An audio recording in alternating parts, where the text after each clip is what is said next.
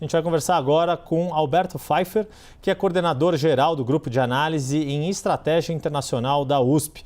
Boa tarde, professor. Obrigado por estar com a gente aqui nesse domingo pré-carnavalesco. E vou começar com essa pergunta, então, o mote principal dessa entrevista. O quanto essa viagem pode ter algum efeito nas relações comerciais e como está o papel do Brasil tendo dois dos seus principais parceiros comerciais, Estados Unidos e China, vivendo essa tensão por causa dos balões de espionagem. Mais uma vez, boa tarde, professor. Obrigado por estar conosco. Boa tarde, um prazer estar aqui na CNN. A agenda comercial brasileira é uma agenda forte hoje, é uma agenda que tem nos Estados Unidos e na China dois dos principais parceiros, mas com características diferentes. Nosso comércio com os Estados Unidos é um comércio baseado em produtos industrializados e em produtos derivados do comércio intrafirma, intraindústria, quer dizer, investimento de corporações americanas no Brasil, brasileiras nos Estados Unidos, que transitam entre os dois países. O nosso comércio com a China é um comércio mais de recursos naturais, de commodities, de produtos da agricultura, de produtos da mineração, de petróleo. São pautas diferentes, são pautas fundamentais para o Brasil.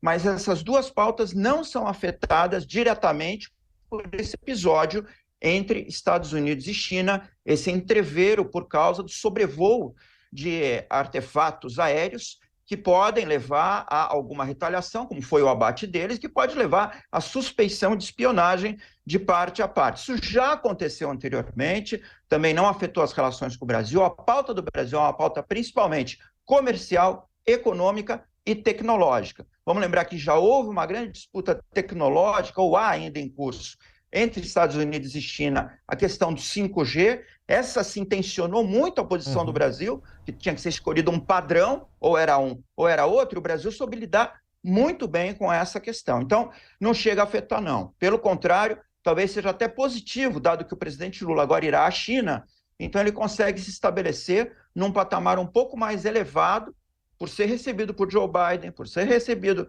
pelo líder chinês, Xi Jinping, num tempo muito próximo. Pois é, e é natural, inclusive, né, professor, essa ordem das viagens. Essa primeira viagem aos Estados Unidos, até pela questão geográfica e por uma parceria longa, e posteriormente ir à China, mas reconhecendo, né, colocando a China já num calendário de primeiro trimestre de um governo de 4 anos, ter essa viagem também indica a importância que a China ganhou nas relações comerciais com o Brasil. Agora, você mencionou, professor, a diferença de mercados, o quanto nós, no Brasil, conseguimos ter uma relação de produtos de maior valor agregado, ao ter produtos industrializados nessa relação comercial, e a China, principalmente, a prioridade para as commodities, mas com um volume maior, né? Tanto que a China é o principal parceiro neste momento. É possível que haja mudança também nesse perfil, que a gente consiga... Nos Estados Unidos é difícil entrar com commodities porque eles também têm uma produção interna muito forte, mas para a China, existe algum caminho de comércio que o Brasil consiga agregar mais valor, ainda que seja com produtos agrícolas, mas processados? Por exemplo, em vez de vender a soja em grão, passar a vender mais farelo de soja para a China, por exemplo?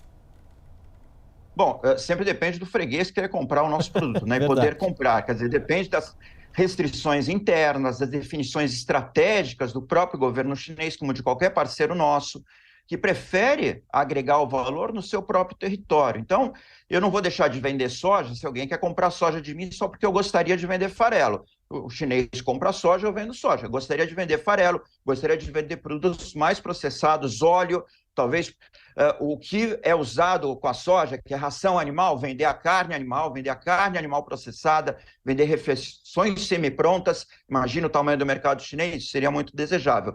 Mas tem que esperar, é claro, abrir o mercado, fazer o mercado e ter essa perspectiva. Estratégia de longo prazo. Por enquanto, estamos muito bem, sendo muito competitivos num mercado tão forte e tão firme como é o chinês. Vamos manter isso, procurar ter qualquer tipo de entrevero com a China será em detrimento das nossas exportações. Então é importante manter o mercado chinês aberto, manter a confiabilidade da produção brasileira de commodities, tendo escoamento no mercado chinês e em outros, do que buscar algum tipo de abertura maior do mercado de produtos semi-manufaturados, né, mais de valor maior agregado, talvez suscitando alguma restrição de parte dos chineses. Então, sim, seria desejável, mas é melhor manter o que temos do que procurar forçar o que ainda não podemos fazer. E, professor, fazendo uma outra avaliação que a gente fez bastante aqui ao longo da sexta-feira, principalmente durante a visita de Lula a Joe Biden, do presidente brasileiro ao presidente dos Estados Unidos, do caráter político da viagem, da agenda, até por ter sido uma viagem programada de forma muito rápida, 40 dias de governo Lula, e depois do 8 de janeiro aqui, de uma notícia de repercussão mundial e dessa preocupação que Brasil e Estados Unidos têm com essas questões políticas. Ambos os presidentes deixaram isso muito claro nas suas falas abertas. Na China é diferente, além de ter mais tempo, o contexto político é completamente diferente. O que a gente pode esperar em termos de agenda dessa futura ida de Lula à China? E já agregando que também, como o próprio Lula disse na entrevista coletiva depois de sair da Casa Branca, que também está no escopo, ali nos planos dele, retomar os contatos com viagem, inclusive, para a África. A gente sabe que nessa relação Brasil e China, também o continente africano também é um fator. Qual que é a sua expectativa de agenda para esta ida de Lula à China prevista aí para março? Bom, vamos lá. De fato, a urdidura, né, a maneira como foi construída essa primeira agenda internacional do presidente Lula foi muito engenhosa. Primeira visita à Argentina, no âmbito da CELAC, é importante destacar isso, quer dizer, uma visita de cunho regional e bilateral, visitar a Argentina, nosso principal vizinho, mas pensando no hemisfério americano, isso eu já vou conectar com a ideia de África, né? Quer dizer, a ideia da presença do Brasil em duas regiões em desenvolvimento do mundo, que têm agendas muito próximas. Depois a visita aos Estados Unidos, nosso principal parceiro das Américas e no mundo, por assim dizer, com o qual partilhamos identidades e princípios comuns. A agenda do Lula nos Estados Unidos foi bastante principista, falamos de redução de desigualdade, promoção da democracia, a agenda climática, finalmente.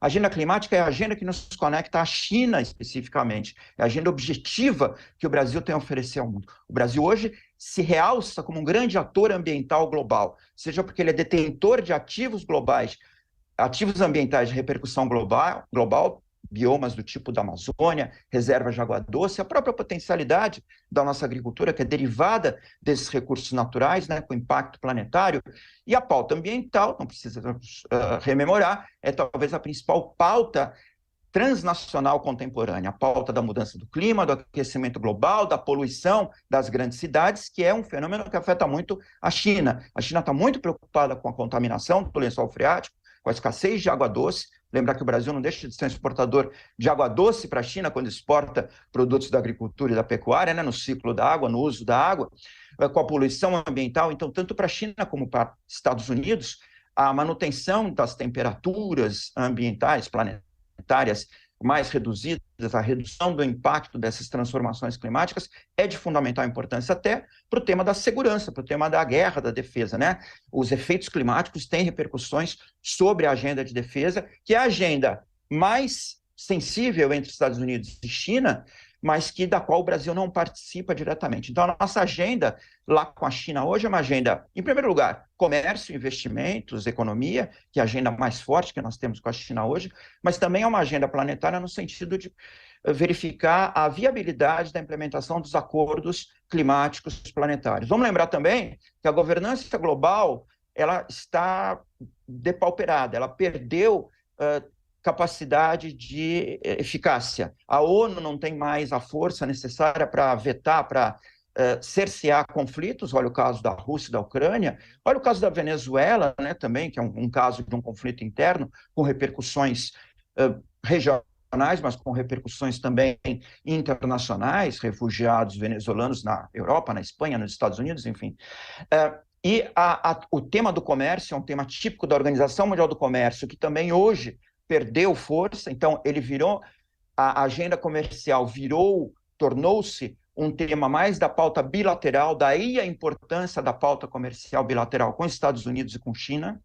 E a pauta ambiental, que é uma pauta que depende das grandes potências climáticas, mas que é uma pauta inescapavelmente global e planetária, porque é um tema transnacional. Nesse sentido, a visita de Lula pode alçar o Brasil para o centro dessa governança climática global. É o que ele expressou, é para o que nós temos capacidade, é do que nós temos condições de agir em benefício do planeta e da segurança planetária. Se essa pauta for encaminhada de uma maneira efetiva, isso ainda não aconteceu, nem na visita com o Biden, não houve nada de muito forte, de muito incisivo quanto a uma pauta climática, ou quanto a uma pauta ambiental. Os Estados Unidos falarem que vão contribuir para o fundo da Amazônia não é nada que altere o equilíbrio, né, em termos do Brasil se tornar mais forte ambientalmente, proteger mais a Amazônia. O que nós precisamos realmente é desenvolver um mercado global de carbono, um mercado global que remunere os ativos ambientais e permita ao Brasil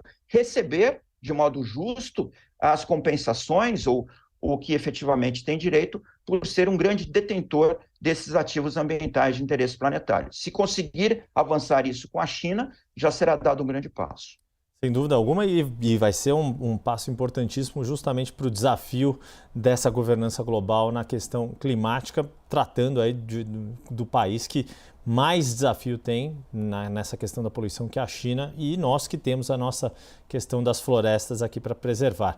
Alberto Pfeiffer, coordenador geral do Grupo de Análise em Estratégia Internacional da USP, participou aqui com a gente do 360, entender o contexto em que se deu a viagem de Lula aos Estados Unidos e se dará a viagem à China. Professor, obrigado mais uma vez, um bom fim de domingo para o senhor.